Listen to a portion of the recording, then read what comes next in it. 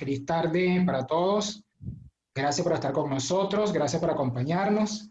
Es un placer verdaderamente compartir con ustedes y esperamos que esta actividad, esta programación sea muy beneficiosa, tanto para los invitados que tenemos, nuestros amigos, familiares, que hemos invitado para esta actividad. Este es un material que ha sido preparado especialmente para nuestros amigos y también, por supuesto, todos aquellos que ya tenemos tiempo, pues, compartiendo del conocimiento de la palabra de Dios, que tenemos conocimiento bíblico, que hemos estado asistiendo a una iglesia adventista o alguna otra, pues también, por supuesto, con la ayuda de nuestro Señor, vamos a ser muy enriquecidos porque creemos que el Espíritu Santo ha ayudado en el diseño de este programa y en el diseño de este recorrido que haremos por este libro.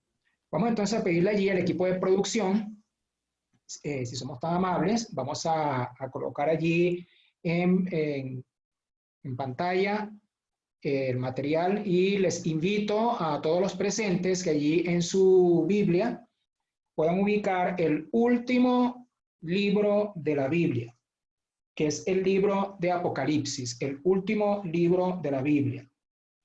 Muy bien. Como ya se ha dicho en estas palabras previas, siempre al término Apocalipsis se le ha dado un tinte catastrófico de exterminio y los medios de comunicación pues muchas veces han ayudado a fortalecer esta imagen. Pero lejos de eso, Apocalipsis es una palabra que nos debe, al final de este recorrido que hagamos, nos daremos cuenta que es una palabra que más bien nos debe brindar esperanza. Esperanza. Entonces, se trata de un conjunto de 12 lecciones. Ya estas lecciones entiendo que están en poder de nosotros, ha sido enviado de manera digital hace unos días atrás, y esto es un curso bíblico de preguntas y respuestas. Es posible que para algunos de los que se han conectado en esta tarde sea algo muy simple, pero les aseguro que en esta simpleza vamos a ver también profundidad. Muchas veces uno cuando está frente a algo que uno ya ha estudiado, uno cree no tener más nada que aprender, pero no sucede así con la palabra de Dios. La palabra de Dios, no importa cuántas veces pasemos por una cita, por un texto, siempre vamos a encontrar algo que aprender. Entonces, ¿por qué este estudio, por qué este seminario, por qué este curso ha sido titulado de esta manera, Conquistando el Futuro? ¿Por qué ha sido catalogado así? Les diré por qué. Porque en la Biblia nosotros tenemos diferentes estilos literarios. Diferentes estilos literarios. ¿Qué significa estilos literarios? Por ejemplo, tenemos el estilo de narrativa, que no es otra cosa que el desarrollo de una historia de vida, como por ejemplo la historia de José, la historia de Daniel, la historia de Caín y Abel, la historia del diluvio, historias. Tenemos también otros sectores de la Biblia que son como códigos legales. Ahí podemos, por ejemplo, citar el libro de Deuteronomio o el libro de Éxodo, donde aparecen los 10 mandamientos, el libro de Levítico, que es un libro eminentemente de reglamentación ceremonial para el antiguo pueblo de Israel. Tenemos un estilo literario también que es el poético, donde aparece, por ejemplo, el libro de los Salmos. El libro de los Salmos, que ustedes saben son cantos. Son cantos. Aquí me están indicando que encienda la cámara. Yo estoy tratando de encenderla hace rato, pero me dice que el host me lo impide. Por eso no he encendido la cámara. Porque me dice que el anfitrión del programa me impide encender la cámara. Entonces, si me habilitan la opción de encenderla, yo lo puedo hacer. Muy bien, entonces les decía que el libro de los Salmos, el libro de los Proverbios, el libro de Cantares, el libro de Eclesiastés, son libros que tienen su base en un estilo literario poético. El libro de Eclesiastés, Salmos, Proverbios, también el libro de Job y otros pasajes de la Biblia donde encontramos poesía. Entonces, bien, ¿qué ocurre? Ocurre entonces que el libro de Apocalipsis está en medio de un otro estilo literario que se llama la profecía apocalíptica.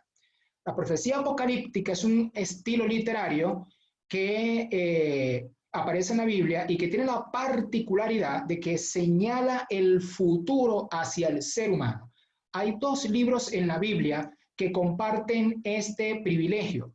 Uno es el libro de Daniel y otro es el libro de Apocalipsis. Son dos libros muy distintos de todo el resto de los libros de la Escritura porque señalan el futuro. Es decir, el libro de Apocalipsis es una especie de mapa de ruta donde Dios por anticipado le dice al ser humano, le muestra el camino de las escenas que van a ocurrir en este mundo, de lo que va a ocurrir en diferentes ámbitos, pero no solamente le muestra el camino, sino que Dios ahí le da el equipo, le da la recomendación, le da las indicaciones de qué tiene que hacer para poder atravesar el camino y poder llegar a ese futuro de manera victoriosa y entonces estar colocado en el lado correcto de la historia y en el lado del equipo ganador. Por eso este seminario se titula así, Conquistando el Futuro. No se trata de una lucha de poderes, se trata de conquistar el futuro tomado de la mano de Dios. Entonces, esta primera lección se titula Dios se revela. Vamos a la siguiente lámina, por favor. En la siguiente lámina, entonces, tenemos allí lo que tenemos en el primer versículo de Apocalipsis. Por favor, les invito a que vayamos al libro de Apocalipsis, el capítulo 1, en el versículo 1. Capítulo 1, versículo 1.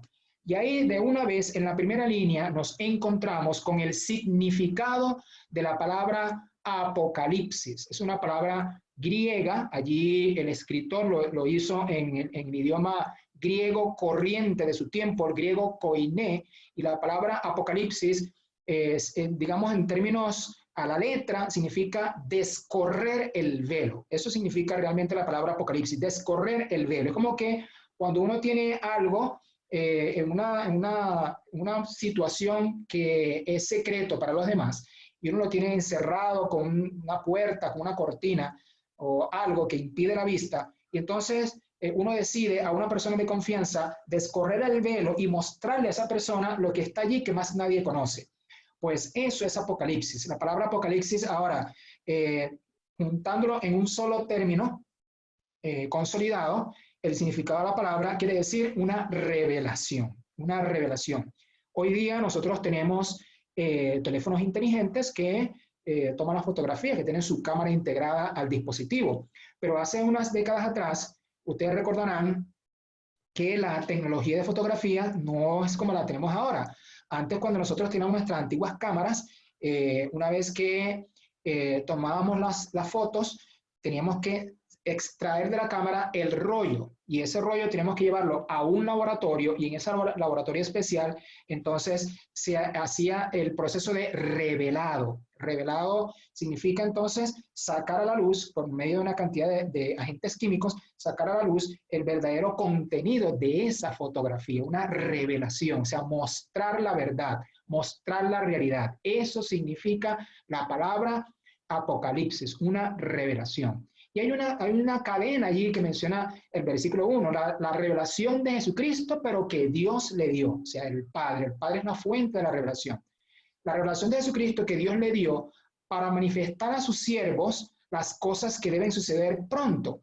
Y la manifestó enviándola por medio de su ángel a su siervo Juan. Entonces ven ustedes la cadena que hay ahí. El Padre le entrega la visión, la revelación a Jesucristo, Jesucristo la envía por medio de su ángel, llega a Juan, que ya se está definiendo como el autor del libro, y entonces él lo escribe para dar a conocer todas estas verdades a sus siervos, las personas que quieran seguir ese plan de ruta, ese mapa de ruta que Dios está trazando. Vamos a la siguiente lámina. Entonces, en la siguiente lámina, es importante que nosotros por un momento refresquemos quién es el autor. Juan, a lo largo del capítulo 1, él va un poco describiéndose a sí mismo por qué razón él está escribiendo el libro y dónde se encuentra. Pues este Juan, nos atrevemos a hacer aquí en este momento la distinción porque en el Nuevo Testamento aparecen varios Juan. por ejemplo, está Juan el Bautista, pero obviamente Juan el Bautista no es, porque Juan el Bautista, ustedes saben que pereció a manos de Herodes, cuando la hija de Herodías danzó. Y hay otros Juan más, por ejemplo, como Bernabé, que aparece en el libro de los Hechos, en el capítulo 4, también su nombre de pila era Juan. Pero este Juan que tenemos aquí es el Juan que fue discípulo de Cristo. Juan, el discípulo amado. Juan, uno de los personajes a los cuales Jesucristo llamó el hijo del trueno. Juan, el mismo que estuvo apoyado en el pecho de Jesús en la noche de su pasión. Juan, el mismo que estuvo al pie de la cruz cuando el Señor murió. Y Juan, el mismo que predicaba con Pedro ahí en el templo de Jerusalén unos 50 días después que Jesucristo dejó este mundo. Así que la historia de Juan es muy interesante porque Juan era una persona sincera, pero tenía unos terribles defectos de carácter. En una ocasión iban pasando por un lugar y con Cristo, ellos iban con Cristo, y los habitantes de cierto lugar no mostraron su apertura para darle la entrada a Jesús en esa aldea, porque el aspecto de Cristo era como de ir a Jerusalén. Así que cuando Juan vio la forma, vamos a decir, descortés, como los habitantes de esa ciudad trataron a Cristo, entonces Juan le dijo a Jesús, le dijo: Señor, ¿quieres que mande que caiga fuego del cielo, así como hizo Elías, y los devore a todos? A los que Jesucristo, asombrado, casi que se pone las manos en la cabeza, Jesucristo le dice: mira, ustedes no saben ni siquiera de qué espíritu son. Y miren ustedes la impetuosidad de Juan, un hombre que actuaba por impulso, un hombre que actuaba y pensaba en lo que había hecho 3 días después. Pues este Juan, que puede representar a alguno de los que estamos conectados en esta tarde, nos dice que para todos aquellos que tenemos fuertes problemas de carácter, hay esperanza. Hay esperanza. Hay muchos de nosotros que batallamos contra nuestra ira, nuestra cólera, nuestra indignación. Nos molestamos cuando sentimos que se ha cometido una injusticia y a veces hasta queremos literalmente exterminar al otro. Pues aquí Juan es una muestra de que tú puedes cambiar. Y yo también puedo cambiar, así como lo hizo Moisés. Moisés llegó al punto de querer, bueno, no de querer, mató a un hombre, mató a un egipcio que estaba maltratando a uno de los israelitas, lo escondió en la arena. Él pensaba que eso no se iba a saber nunca, pero se supo más rápido de lo que él pensaba, y cuando ya lo buscaron, entonces para aplicar la sentencia por su crimen, huyó al desierto, y ustedes saben que estuvo allá 40 años en el desierto. Pero este mismo Moisés, dice el libro de los Números en el capítulo 12, en algún versículo, que este Moisés era el hombre más manso sobre la tierra. ¿Quién lo transformó? Dios. Como un hombre que pudo tener digamos, el impulso de levantar su mano y tomar la justicia por sus propias manos, ¿cómo pudo haberse convertido en el hombre más manso de la tierra? Y cómo Juan, siendo el hijo del trueno, cómo llegó a convertirse en el discípulo del amor. Cuando usted ve las cartas del Nuevo Testamento, usted va a encontrar que la lectura más amena, la lectura que más fluye, la lectura más agradable y el escritor que más habla de amor en la escritura del Nuevo Testamento es justamente Juan. Entonces, yéndonos ahora a la siguiente lámina, Juan entonces estaba en esta ocasión, como él lo dice en ese capítulo 1 de Apocalipsis, él se encontraba en la isla de Patmos. Y yo les voy a invitar, por favor, que me acompañen allí al capítulo 1 del libro de Apocalipsis, en el versículo número 9.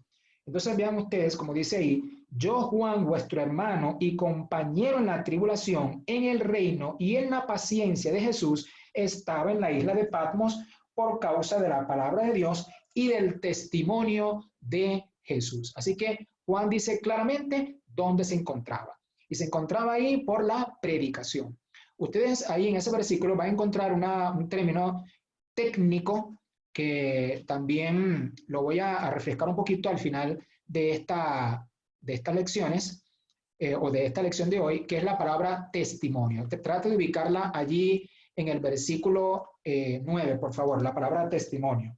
Dice, me encontraba en la isla de Patmos por causa de la palabra de Dios y del testimonio de Jesucristo. Entonces, ¿qué quiere decir la palabra testimonio allí en ese lugar? ¿Qué quiere decir ahí la palabra testimonio? No se refiere al buen testimonio o a la buena conducta de la persona. No es como cuando dice el libro de los Hechos en el capítulo número 6, cuando iban a elegir a los diáconos, que dicen, búsquense varones de buen testimonio, porque ahí la palabra testimonio quiere decir buena conducta, buena reputación, buen ejemplo, buena imagen o proyección a la comunidad.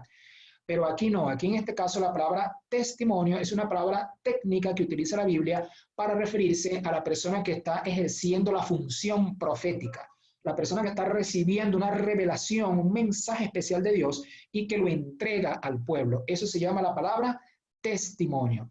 Y ese es el sentido, por ejemplo, en el que el libro de Isaías, en el capítulo 8, versículo 20, ustedes se encuentran ahí cuando el profeta Isaías dice, a la ley y al testimonio. El profeta que se diga profeta, pero que no concuerde con la ley de Dios y con el testimonio profético de la Biblia, es porque no le ha venido la luz de Dios. Así que para que tengan en cuenta ese término ahí, que más adelante en otras lecciones nos va a ser muy útil. Entonces, recorriendo hasta ahora las preguntas que tenemos en esta lección de hoy. ¿Qué significa la palabra apocalipsis? Pregunta 1. Usted puede entonces responder allí, descorrer el velo, o usted puede colocar la palabra revelación. ¿Quién es el autor del libro? Que es la segunda pregunta. Bueno, es Juan, el discípulo de Cristo, el discípulo amado. Y la tercera pregunta, ¿por qué razón se encuentra Juan en la isla de Patmos? Bueno, por causa de la predicación de la palabra de Dios y también por su función profética. Son dos actividades diferentes, pero que se resumen en la misma persona. Vamos a la siguiente lámina, por favor.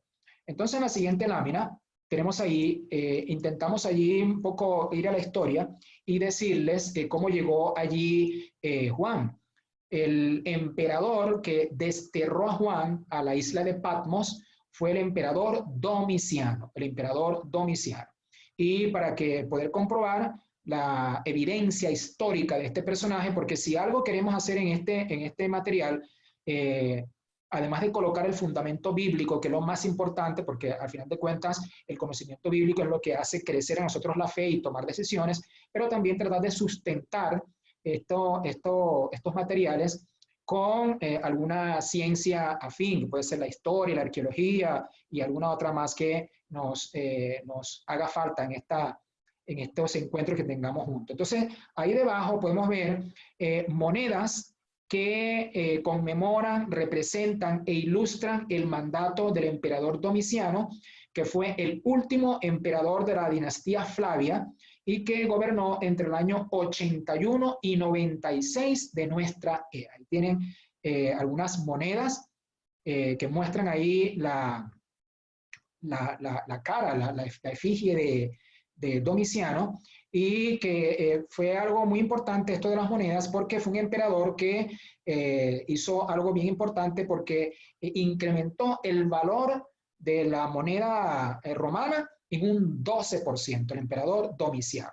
Bueno, él murió justamente el año que desterró a Juan a Patmos. ¿Por qué desterró a Juan a esa isla? Bueno, porque Juan venía haciendo un trabajo muy efectivo en su obispado, digamos, en su tarea de liderazgo de la iglesia. Estaba haciendo una influencia sumamente importante en el imperio y entonces fue condenado a muerte en una suerte como de olla o de recipiente gigantesco hirviendo. Ahí fue introducido Juan, pero como sucedió con los amigos de Daniel en el Antiguo Testamento, en el capítulo 3, Dios proveyó una especie de burbuja de aire acondicionado donde preservó allí a su siervo y Juan fue sacado de allí sin ningún daño. Frente a este hecho insólito, entonces Domiciano destierra a Juan a la isla de Patmos con la esperanza de silenciarlo para siempre, pero bueno, lejos de pensar que ahí en ese lugar, cuando se pensaba que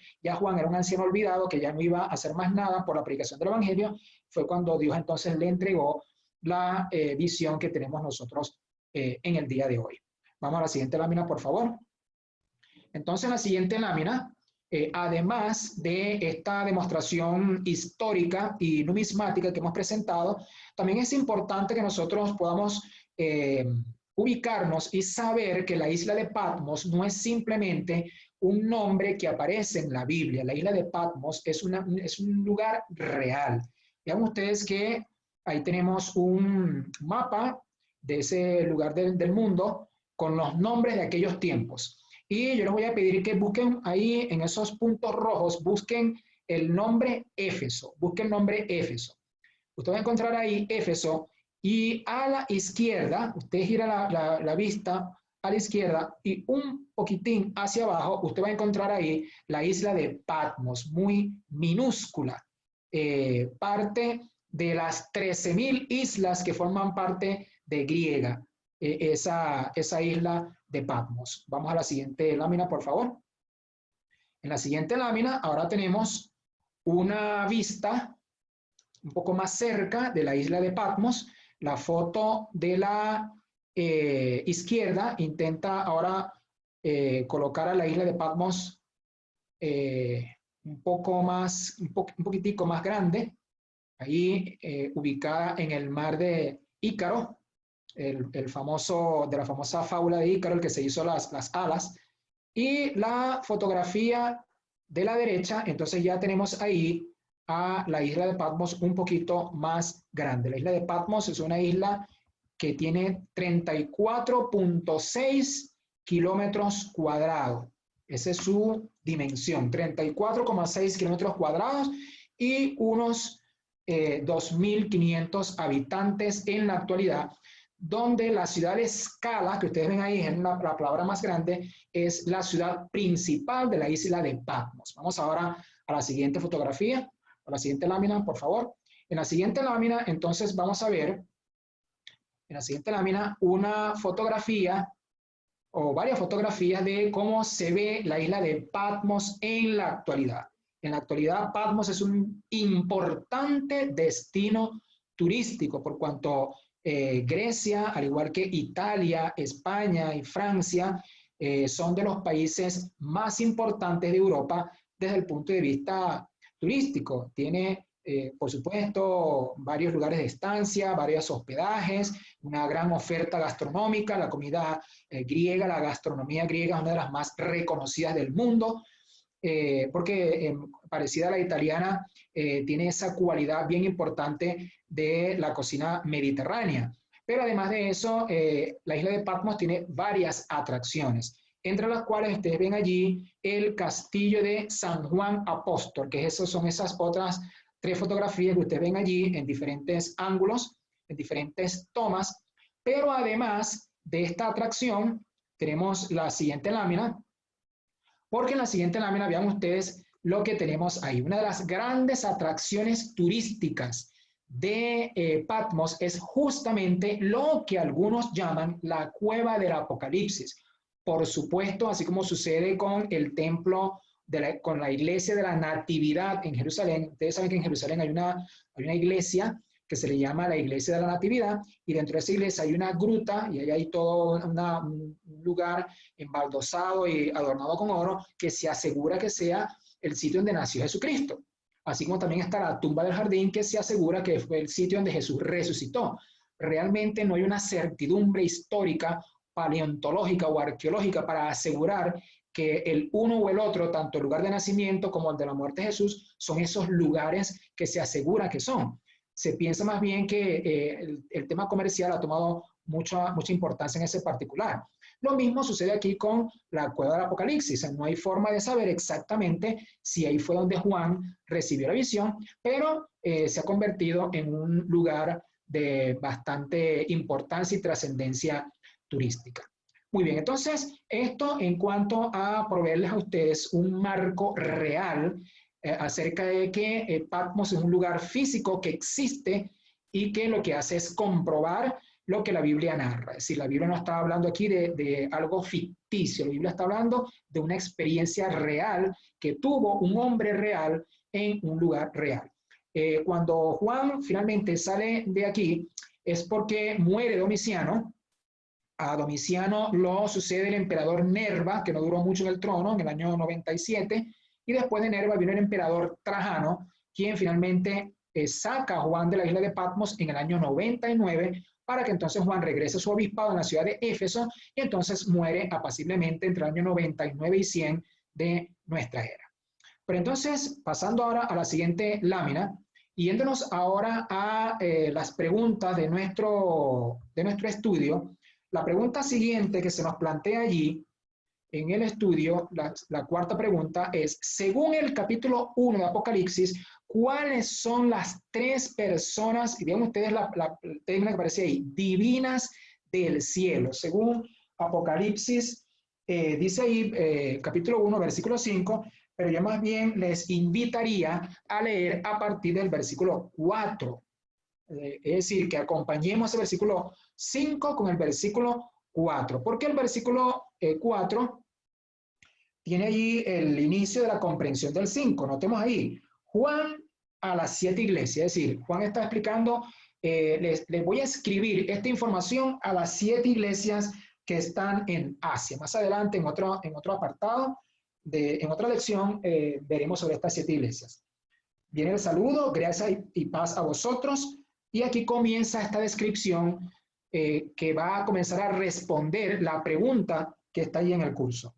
De parte del que es, del que era y ha de venir, de parte de los 7 espíritus de Dios que están ante su trono, y de parte de Jesucristo, el testigo fiel, primogénito de los muertos y soberano de los reyes de la tierra, al que nos ama y nos amó y con su sangre nos libró de nuestros pecados y nos constituyó en un reino de sacerdotes para servir a Dios, su Padre. A él sea la gloria, el imperio, para siempre. Amén. Entonces, qué importante es esta información que estamos viendo aquí, porque fíjense ustedes que a medida que los versículos van avanzando, se van haciendo distinción de 3 elementos importantes. El primero que dice ahí, ven ustedes, de gracia y paz de parte del saludo que Juan trae. Él no está hablando a título personal, no es una carta que él está escribiendo a un familiar, no, él está hablando, él está ejerciendo su función de escritor inspirado, está ejerciendo su función profética y por eso no puede hablar en nombre propio. Dice, saludo de parte del que era y es y el que ha de venir. Muy importante esto, porque esta descripción que Juan está haciendo aquí de este primer personaje concuerda con la descripción que aparece en el libro de Éxodo, en el capítulo 3, en el versículo 14, cuando Dios al aparecérsele a Moisés para encargar a Moisés la tarea de ir a rescatar a su pueblo en Egipto, Dios le dice a Moisés, diles que yo soy. Diles que yo soy el que soy, diles que yo soy, te envió. Y el término más cercano a eso que nosotros hoy en nuestras Biblias tenemos traducido como yo soy, es el sonido vocálico Yahvé.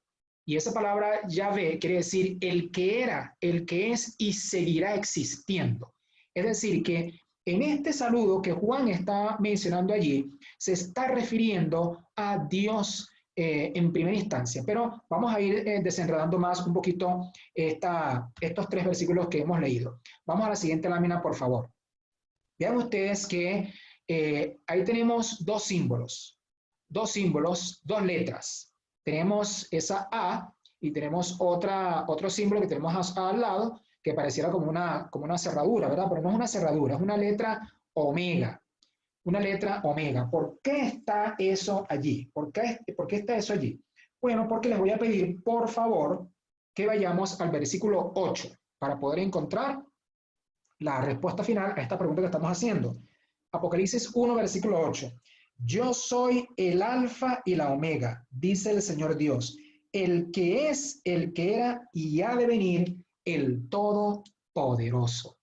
Es decir, que lo que Dios está diciendo aquí es, yo soy principio y final. ¿Por qué? Bueno, porque esa letra que nosotros vemos ahí, que para nosotros es una A, de acuerdo a nuestro, digamos, alfabeto latino, la A, pues realmente proviene esa A del alfabeto griego y esa A es una alfa. Y el símbolo que tenemos al lado es una letra omega, alfa y omega. Vamos a la siguiente lámina, por favor. En la siguiente lámina veremos esto que tenemos ahí delante de nuestros ojos, es el alfabeto griego, donde la primera letra, vean ustedes, es el alfa y la última letra es la omega. Lo que quiere decir aquí que Dios se está autodefiniendo, se está autoproclamando como causa primera, como principio y final, el que siempre ha estado antes de cualquier cosa creada y seguirá existiendo por la eternidad, que no tiene principio ni fin, el Señor Dios Todopoderoso. Entonces, aquí, con esta descripción, sabemos que se está describiendo a Dios el Padre. ¿Cómo lo sabemos? Lo sabemos por la siguiente imagen. Vamos a la siguiente lámina, por favor. En la siguiente lámina, veamos allí, tenemos la descripción que hace la Biblia desde el versículo número 5. Vean ustedes que eso que les hemos colocado allí está en el idioma griego. Y hay una palabra que está ahí resaltada, que está allí, que es la palabra protótokos, que quiere decir primogénito. Primogénito. La palabra primogénito no quiere decir que Jesucristo haya sido el primogénito en el sentido de orden cronológico, el primero que resucitó. No el primero, sino el principal en su clase. Entonces, toda ese versículo que ustedes ven ahí, 5, es el mismo versículo 5 que ustedes tienen en español, ahí en su Biblia, pero que nos pareció bien colocarlo ahí en griego para que ustedes vean ese término protótokos que está allí acerca de la preeminencia de Cristo. Es decir, cuando decimos esto es porque estamos distinguiendo claramente que el versículo 5 se está hablando de una persona en específica que es Cristo y que se desmarca de lo primero que dice el versículo 4. Vamos a la siguiente lámina, por favor. En la siguiente lámina, entonces, aquí pasamos a la segunda parte. Por favor, vaya de nuevo al versículo 4, arriba, y usted va a ver ahí que después del punto y la coma, punto y coma dice, de parte de los 7 espíritus que están ante su trono. ¿Cómo es esto? Entonces, Dios tiene 7 espíritus. O sea, ¿existen 7 espíritus? No. Para dilucidar esto, por favor, vaya al libro de Isaías, por favor. Vaya al libro de Isaías, el capítulo 11. Vaya al capítulo 11 de Isaías. Y en el capítulo 11 de Isaías, ¿qué va a encontrar allí? Algo sorprendente. Va a encontrar allí algo que seguramente le va a llenar de mucho regocijo y de asombro. Porque dice allí, ven ustedes hablando del Mesías, dice, y reposará sobre él, noten ustedes, el Espíritu del Señor, número uno, o sea, está dándole una cualidad divina a ese Espíritu. El Espíritu del Señor, número 1. Espíritu de sabiduría, 2. Espíritu de inteligencia, 3. Espíritu de consejo, 4. Espíritu de poder, 5. Espíritu de conocimiento, 6.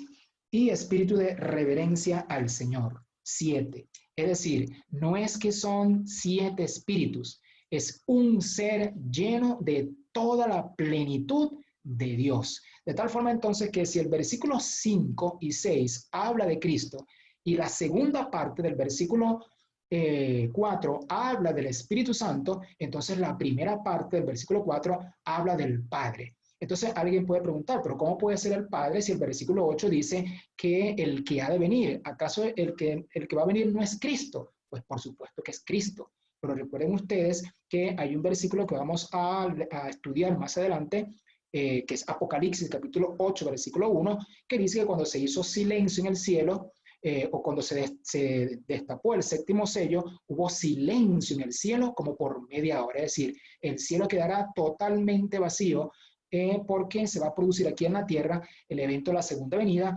donde probablemente Cristo no va a venir solo, porque dice el libro de Mateo que vendrá con la gloria de su Padre. Así que muy interesante estas acotaciones que estamos haciendo.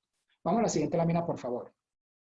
En la siguiente lámina, entonces, vamos y les pido, por favor, que vayamos al versículo 7. Busque allí en su Biblia, por favor, Apocalipsis, capítulo 1, versículo 7. Y aquí vamos a ver cuál es el tema principal del libro de Apocalipsis, que es la respuesta a la pregunta 5. Ya la pregunta 4 la respondimos al decir cuáles son las 3 personas divinas del cielo. Entonces, cuando vemos el versículo 7 que dice, he aquí que viene con las nubes y todo ojo le verá, y los que le traspasaron y todos los linajes de la tierra harán lamentación por él. Sí, amén.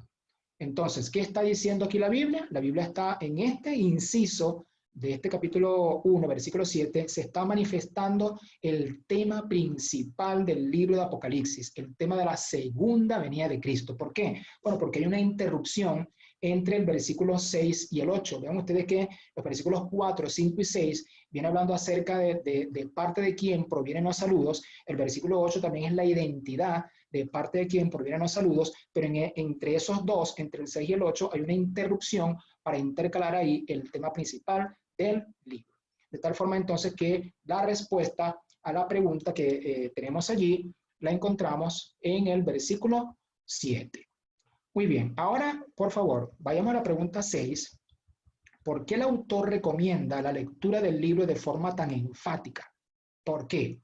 Vayamos entonces, subamos a el capítulo 3, por favor. Versículo 3, disculpen, versículo 3. Versículo 3. Usted va a encontrar allí la recomendación que da el mismo Juan de por qué este libro hay que leerlo de manera concienzuda, por qué hay que leerlo de manera enfática. Dice, bienaventurado el que lee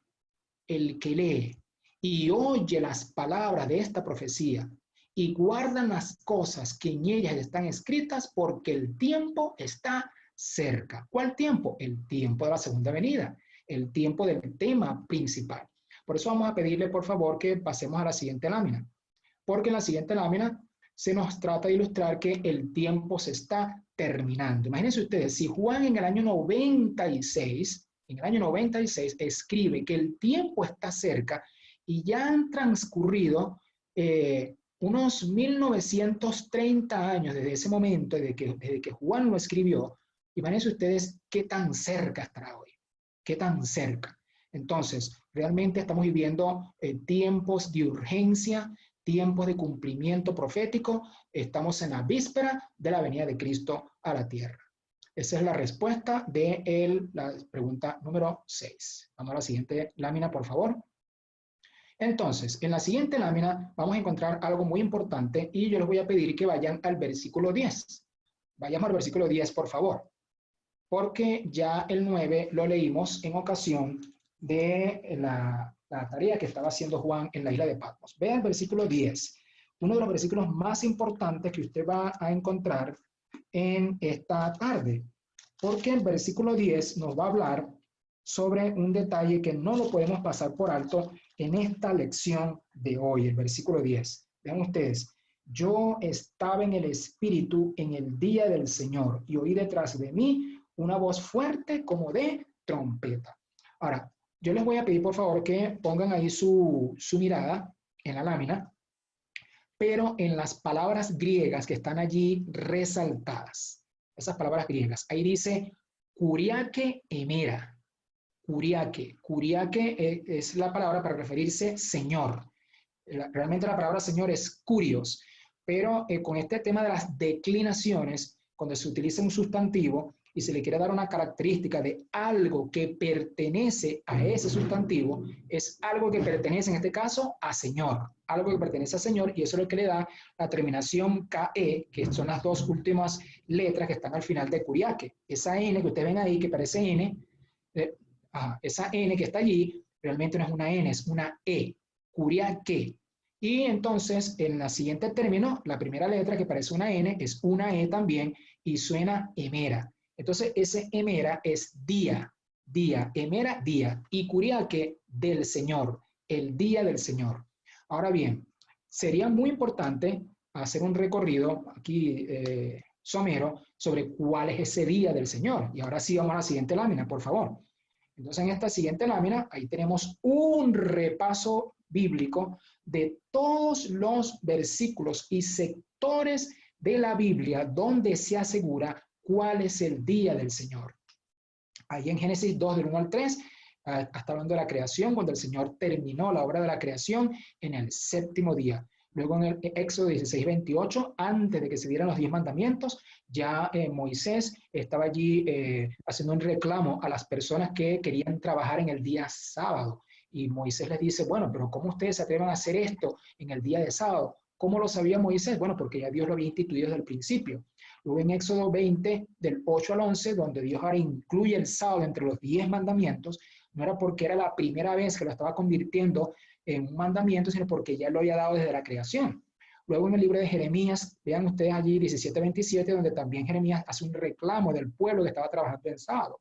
En Ezequiel 20:20, allí se nombra el sábado como la señal entre Dios y su pueblo.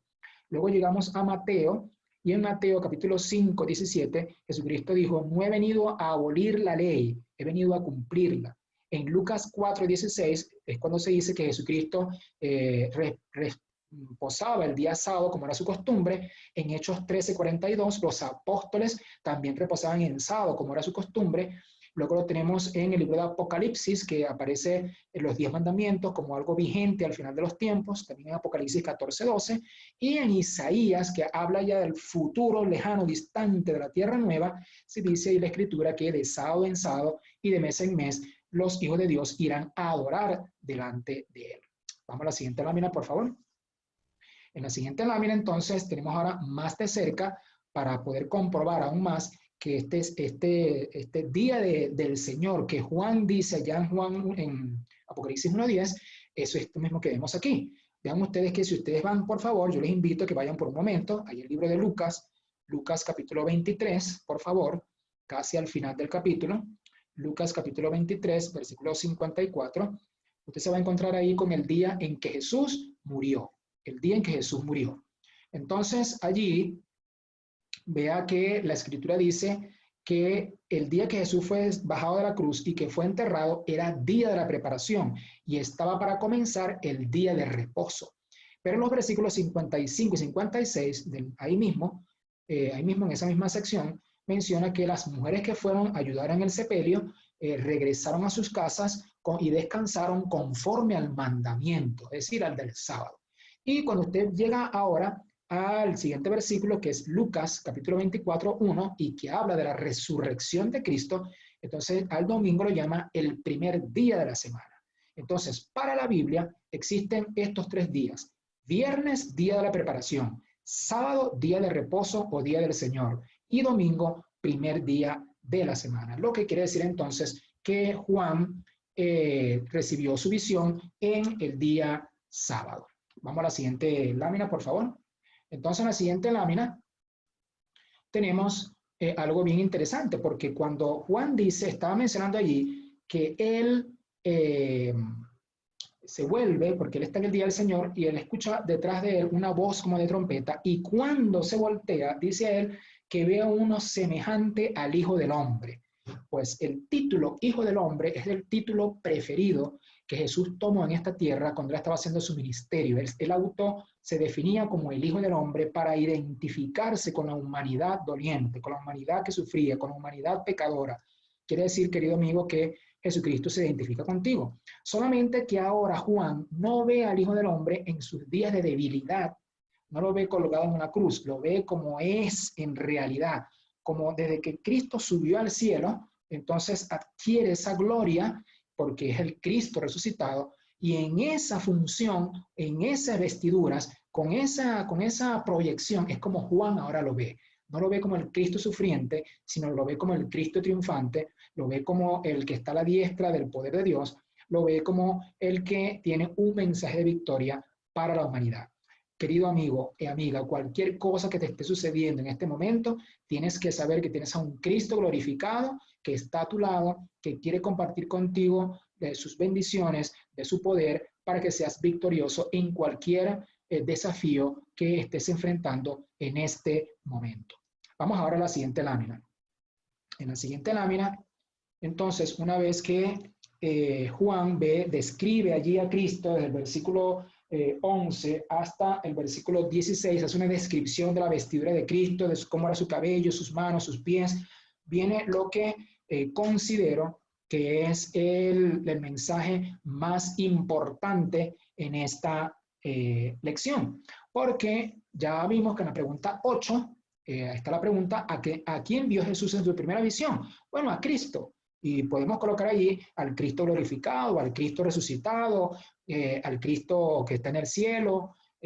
Cualquiera de esas respuestas es correcta, pero solamente que tengamos la seguridad de que se trata del Cristo transformado después de su resurrección y que es portador de la victoria de Dios para la humanidad.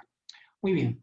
Entonces así llegamos a la última pregunta, que es ¿cuáles fueron las palabras de ánimo, de seguridad que se le dieron a Juan?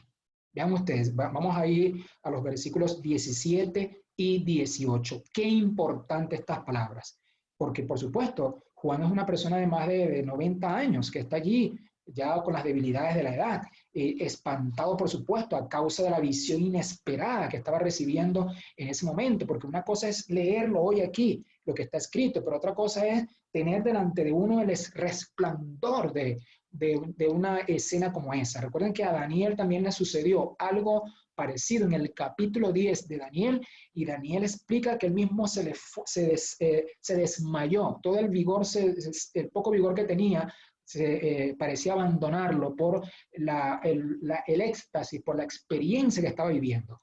Por eso entonces Jesucristo se le acerca aquí a Juan y le dice a Juan, no temas, no temas, yo soy el primero y el último. Noten ustedes que ahora no está hablando aquí el Padre, ahora Jesucristo está tomando directamente la palabra.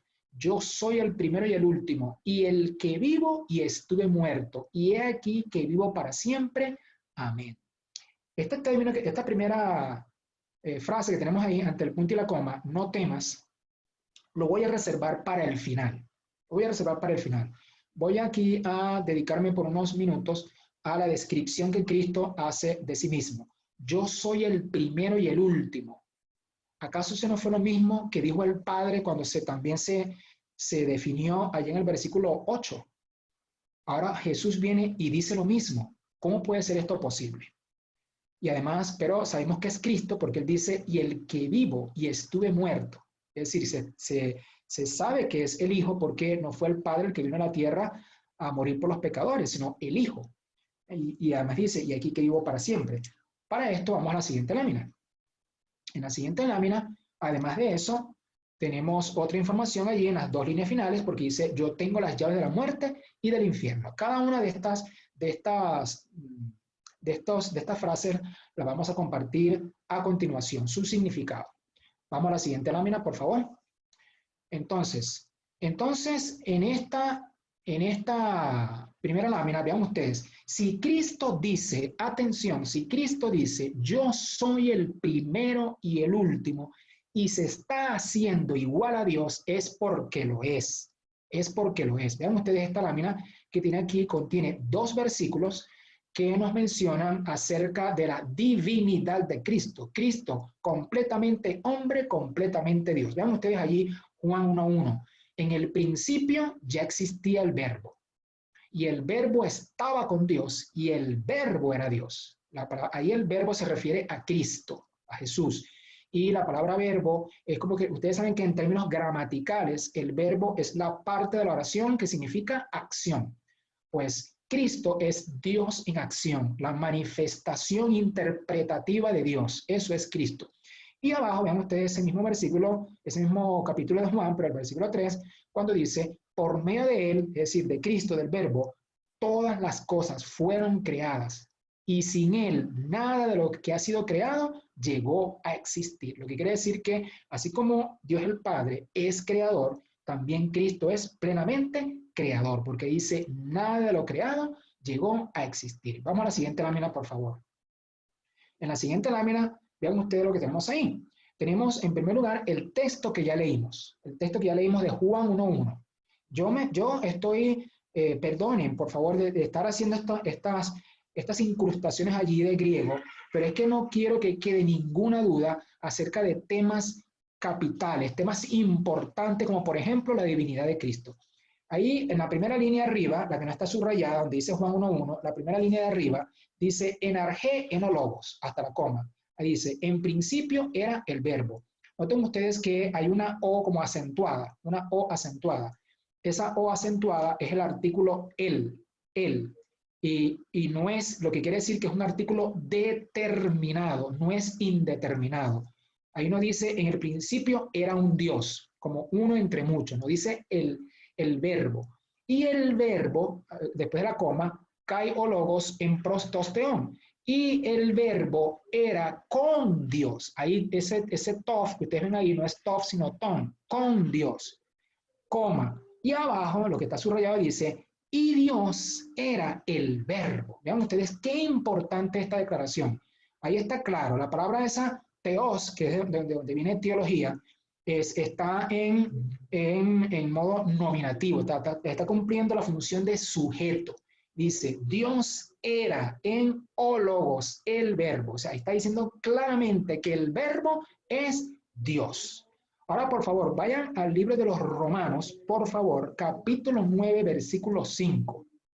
Por favor, acompáñenme allí en su Biblia, en el Nuevo Testamento, el libro de los Romanos, capítulo 9, versículo 5, por favor.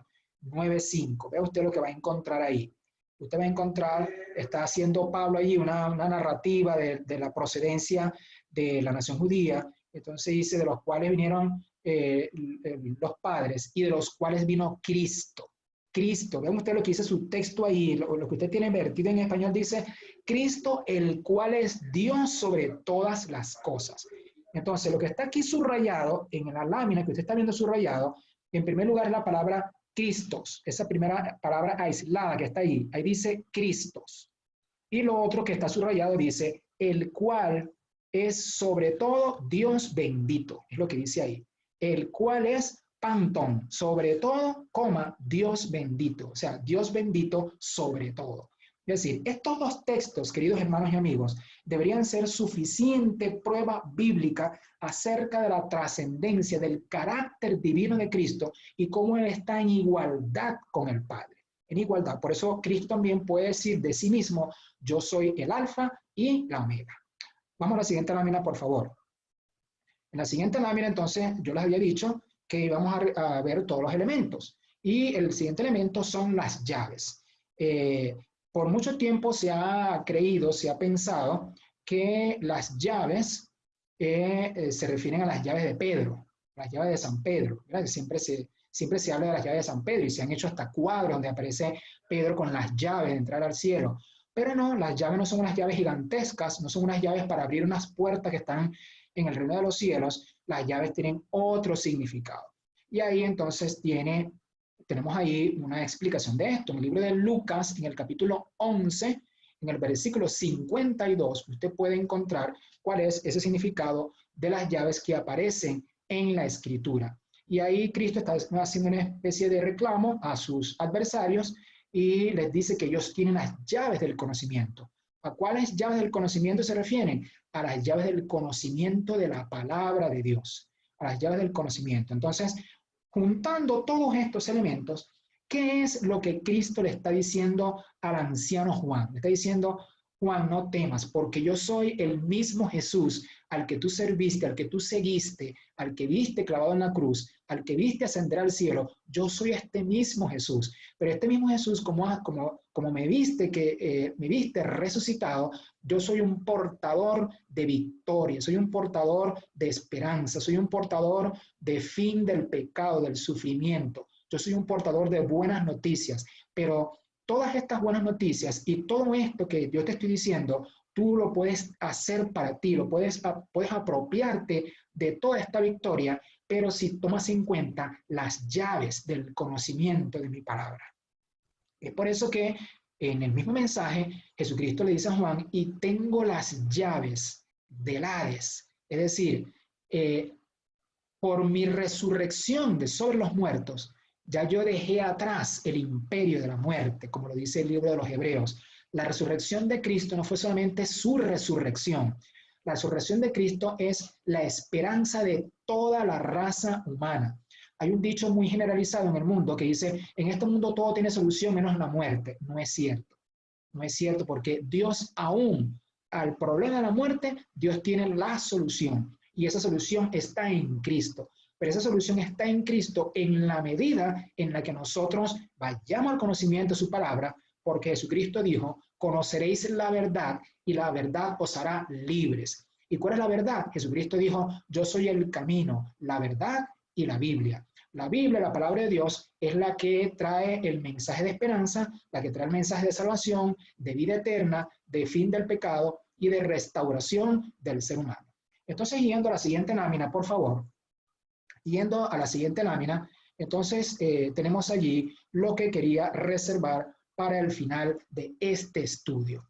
Fíjense usted que cuando Cristo se aproxima a Juan, no le dice simplemente, yo soy el que estuve muerto y vivió, y vivo para siempre y tengo las llaves. No, antes de todas estas declaraciones, Jesucristo le hace una principal, y que es la que quiero dejar contigo en esta oportunidad.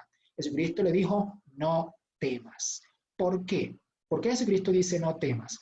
Porque desde que entró el pecado en este mundo, desde los primeros momentos del pecado en este mundo, cuando nuestros padres decidieron tomar la decisión equivocada, la primera reacción que surgió en ellos fue miedo. Y cuando Dios entra al huerto del Edén, Dios entra a encontrarse con el hombre, como siempre era su costumbre, todas las tardes, entonces se encontró con que el hombre no estaba y tuvo que llamarlo, ¿dónde estás tú? Y entonces Adán le responde, me escondí porque tuve miedo. Y desde ahí el miedo se ha convertido en una de las emociones principales que maneja la naturaleza humana.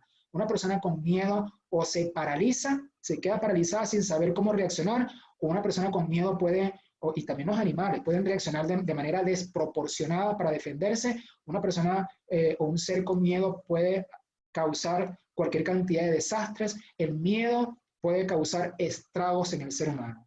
Por eso es que en repetidas ocasiones Jesús dice, no temas. A Daniel se le dijo, no temas. A los discípulos cuando estaban allá que casi se hundían en la barca, no temas. A Pedro cuando se estaba hundiendo, no temas. A la mujer, a la primera mujer que vio a Jesús resucitado, Jesús le dijo, no temas. Y así con muchos personajes bíblicos, siempre en la palabra primera que Cristo y que el Espíritu Santo ha pronunciado es el término no temas.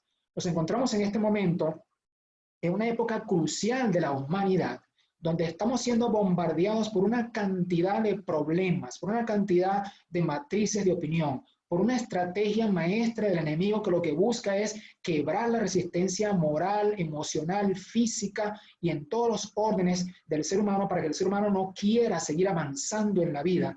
Pero para eso nosotros tenemos un conquistador que está a nuestro lado, que así como Juan en ese momento, en esa visión tan extraordinaria, hoy se acerca a nosotros para que cualquier problema que estamos viviendo, Jesús nos dice, no temas. Recuerda que yo sé lo que es sufrir. Estuve muerto y ahora vivo, y vivo para siempre, para estar a tu lado. Y no solamente vivo para estar a tu lado, sino que te estoy entregando a través de mi palabra, a través del libro de Apocalipsis y de todos los demás libros de la Biblia, te estoy entregando las llaves del conocimiento para que tú sepas lo que va a suceder, para que tú sepas el mapa de ruta, para que tú sepas cómo defenderte y para darte el kit de recomendaciones para en caso de emergencia sepas cuál es la acción apropiada que debes tomar.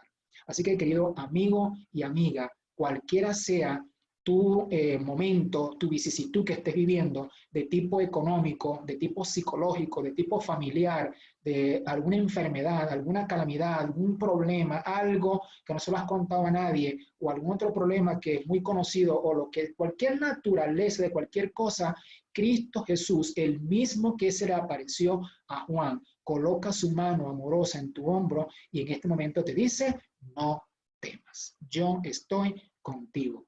Es el principal mensaje de este primer capítulo de Apocalipsis y es el primer mensaje que tenemos para este estudio de Apocalipsis. Vamos en este momento a orar a nuestro Dios y concluir con la presentación. Vamos a orar, por favor, ahí donde estén, vamos a inclinar el rostro para orar. En este momento, Señor, te damos gracias por ser tan bueno con nosotros. Gracias por este libro Apocalipsis, gracias por tu revelación, gracias por tu amor, gracias por tu victoria y gracias, Señor, porque nos das ánimo en estos momentos cruciales de la historia humana.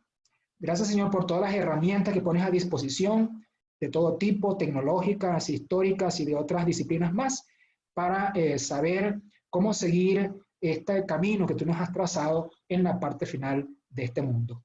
Gracias por este libro, gracias por esta revelación y gracias, Señor, por esta iniciativa de este programa. Te lo suplicamos en el nombre de Jesús. Amén.